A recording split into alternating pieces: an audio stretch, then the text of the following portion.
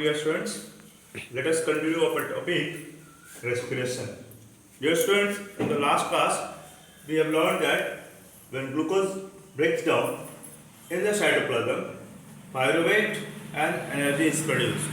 Later on, depending upon the amount of oxygen available, the respiration differs, such as in absence of oxygen, in lack of oxygen, and in presence of sufficient oxygen.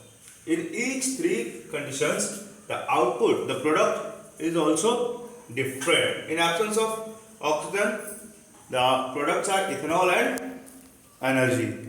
In lack of oxygen, that means in the presence of insufficient amount of oxygen, the products are lactic acid and energy. While in the availability of sufficient oxygen, the output, the products of respiration which takes place in the mitochondria are carbon dioxide, water vapor and energy.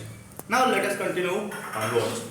Dear students, as soon as the energy is produced, it is converted or it is utilized to make molecule of ATP. That means ADP plus one molecule of phosphate and in presence of little energy, it ultimately gets converted into ATP. ATP, the full form of ATP is adrenotriphosphate. Now this ATP serves as the energy reservoir. And this energy is later on utilized for various activities of the organism.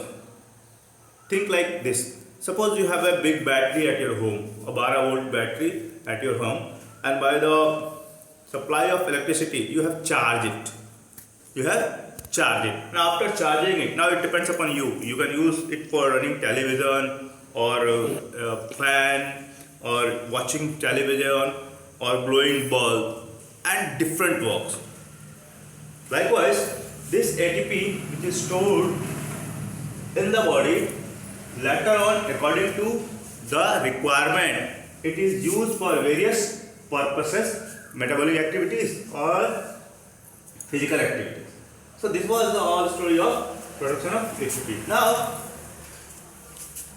as we know, there are different type of organisms around us. Some are terrestrial, some are amphibians, some are aquatic. So this process of respiration also, that means this process of intake of oxygen and output of carbon dioxide also differs accordingly. Let us discuss one by one. In the terrestrials, they have lungs. Terrestrials, they have lungs because they are surrounded with a huge amount of oxygen, abundant amount of oxygen. So lungs are the respiratory organs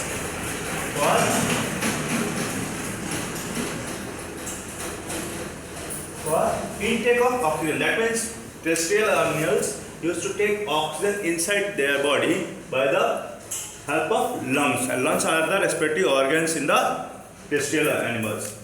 Next is aquatic animals. Aquatic animals, gills. They have gills. Gills are capable to absorb the dissolved oxygen from the water. Since the amount of oxygen dissolved in water is very limited, these organisms have to respire rapidly. That means their rate of breathing is very high as compared to the terrestrial animals. However, they even get small amount of oxygen, but that amount of oxygen is sufficient for their activities because of their small size or their low active lifestyle. Next is about the amphibians. Amphibians, since they have to dwell both on the land and in the water, they have dual mechanism of respiration, and they are lungs and skin. When they are on the ground, that means outside the water, their respiratory organs are lungs, and when they are inside the water, their respiratory organ is skin. Now the last is insects.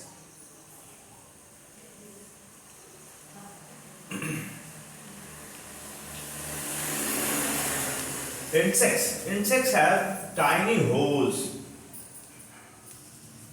on the lateral part of their body, which directly gets the oxygen, absorbs the oxygen from the atmosphere, and it circulates toward the body. This input of oxygen, the organs are designed so that they increase the surface area for more and more absorption of the oxygen, and all this oxygen from the atmosphere gets into the system by the process of diffusion. So this was all over the respiration in animals. Now next is respiration in plants.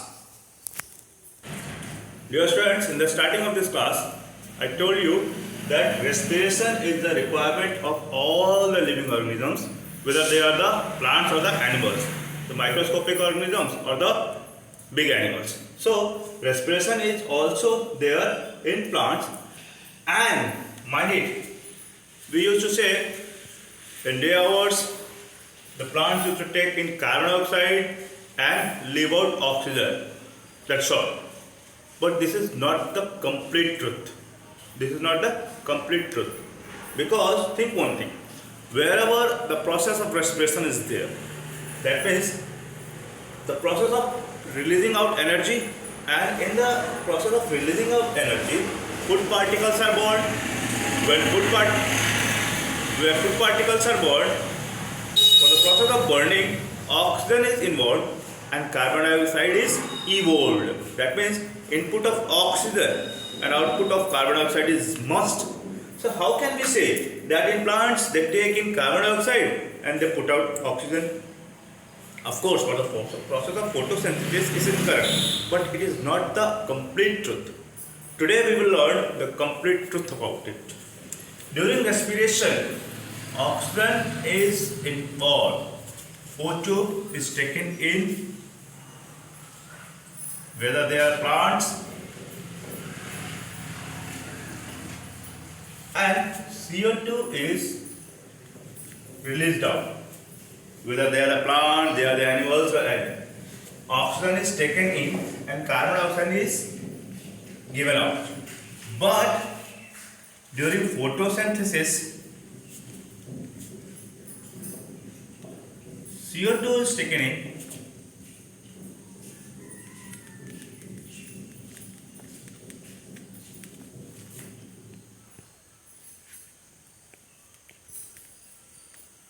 and O2 is liberated out.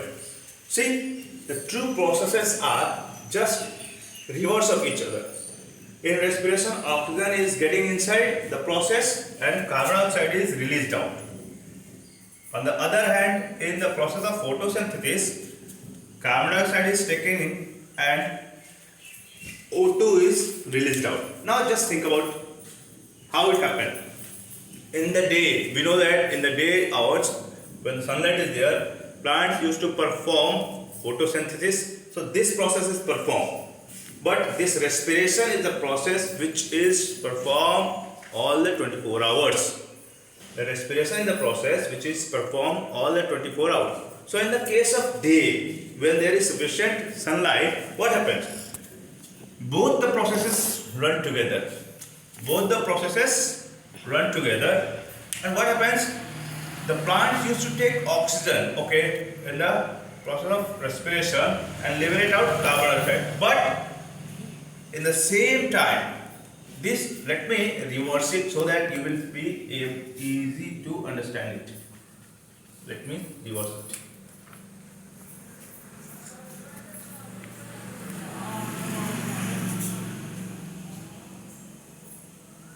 Now see what? See, now it is a bit easy to understand. In the process of respiration, oxygen is taken in the body and carbon dioxide is released. At the same time, the same amount of carbon dioxide is taken in and oxygen is released out. As a result, what happens? The net amount of carbon dioxide, becomes zero, and the amount of oxygen released is much more than the amount of oxygen taken in. That means if suppose plants are taking 5 gram of oxygen for the process of respiration, they are releasing more than 5 gram of oxygen. As a result, the net output is of oxygen and no output of carbon dioxide can be observed, because the carbon dioxide which they release out, they themselves use it for the process of photosynthesis. The carbon dioxide which was released during the process of respiration, it is by themselves used for the process of photosynthesis, and hence the net output of carbon dioxide is zero. However, you can say the same thing is with the oxygen also, but the amount of oxygen taken in for the process of respiration is much lesser than the amount of oxygen evolved out during the process of photosynthesis. Now this in and out of oxygen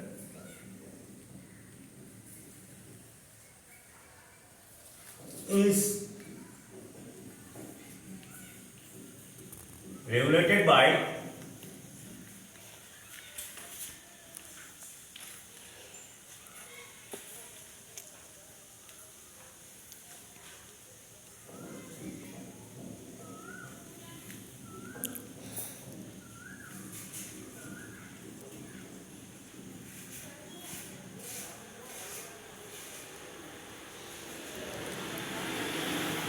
okay.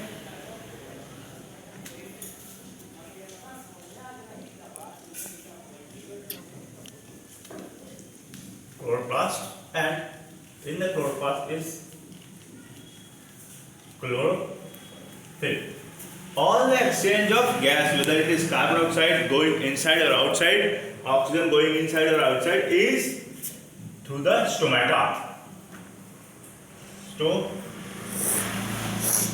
And this stomata, the in and out of carbon dioxide or any substance, whether it is gas or water, is regulated by guard cells. Now what happens when the guard cells absorb sufficient amount of water? They swell. As a result, this stomatal opening is open. It is open. On the other hand, when they leave out the guard cells, when they leave out water, they shrink. They used to shrink, and as a result, this space is closed. So this is open. The figure is in the condition of open stomatal opening, and the second may be the closed, where there is no space or the stomatal pore is closed. This was the process of respiration in plants. So this was all about the process of respiration in animals as well as in plants. I hope you have understood. Even though if you have any doubt, consult me directly. Till then, watch this video again and again. Thank you. Have a nice day.